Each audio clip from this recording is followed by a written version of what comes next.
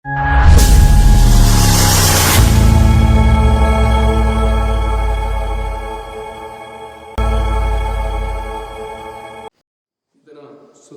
ಮತ್ತು ಪುತ್ರಾತ್ಮ ನಾಮದಲ್ಲಿ ಆಮೇಲೆ. ಪ್ರಿಯ ಸಹೋದರರೇ, ಇದಾ ಯೇಸು ಸ್ವಾಮಿ ಮಗದೊಂದು ದಿನವನ್ನು ನಮಗೆ ದಯಪಾಲಿಸಿದ್ದಾರೆ. ನಿರೀಕ್ಷೆಯ ಸಂದೇಶವನ್ನು ಕೇಳುತ್ತಾ ಇರುವ ಒಂದು ಸಮಯದಲ್ಲಿ ಯೇಸು ಸ್ವಾಮಿ ನಿಮ್ಮಿಂದ ಬಯಸುವುದೆಲ್ಲವನ್ನು ಈಗ ದೇವರು ಹೇಳುತ್ತಾನೆ.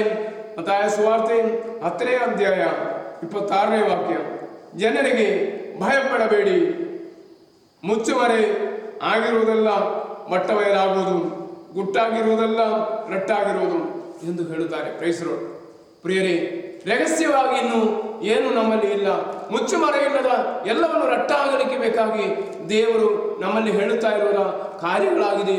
ಭಯಪಡಬೇಡಿ. ಇದು ನಾವು ಎಲ್ಲರೂ ಭಯಚಕಿತರಾಗಿ ಜೀವಿಸಲಿಕ್ಕೆ ಸಾಧ್ಯವಾಗುವುದು ನನ್ನ ಜೀವನದಲ್ಲಿ ಬರುವಂಥ ಇಕ್ಕಟ್ಟು ಬಿಕ್ಕಟ್ಟುಗಳಾಗಿದೆ, ಸಮಸ್ಯೆಗಳಾಗಿದೆ. ಇದು ಕೆಲವೊಮ್ಮೆ ನಮ್ಮ ಜೀವನದಲ್ಲಿ ಹಾದಿ ತಪ್ಪಿಸುವಂಥ ದಾರಿಯಾಗಿ ಮಾರ್ಪಡುತ್ತದೆ. ಅದನ್ನು ಭಯಪಡಬಾರದು. ಜೀವನವನ್ನು ನಿರೀಕ್ಷೆ ದೇವರು ಭಯದಿಂದ ನಮ್ಮನ್ನು ದೂರ ಸರಿಸಲಿಕ್ಕೆ ಕೊಡುವುದಾಗಿದೆ. ಅದಕ್ಕಾಗಿ ಪ್ರಿಯ ಮಕ್ಕಳೇ, ಈ ದಿನವನ್ನು ಹೊಸ ದಿನವಾಗಿದೆ, ಈ ರಾತ್ರಿಯನ್ನು ಹೊಸ ರಾತ್ರಿಯಾಗಿದೆ.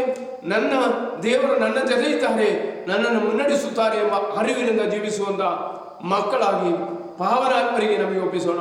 ನಿಮ್ಮ ಮನವಂತಿಯವರನ್ನ ಪಾವನಾತ್ಮರಿಗೆ ಒಪ್ಪಿಸಿ, ನಿಮ್ಮ ನಿರೀಕ್ಷೆ ಕಳಕೊಳ್ಳದೆ ದೇವರ ಸನ್ನಿಧಿಯಿಂದ ಶಕ್ತಿಯನ್ನು ಸಿಗಿಸುವ ಮಕ್ಕಳಾಗಿ, ಏಕ ವಿಶ್ವಾಸದಲ್ಲಿ, ಏಕ ದೇವರ ವಿಶ್ವಾಸದಲ್ಲಿ ಮುಂದುವರಿಯುವ ಮಕ್ಕಳಾಗಿ ಯೇಸು ಸ್ವಾಮಿ ನಮ್ಮನ್ನು ಕರುಣಿಸಿರಿ.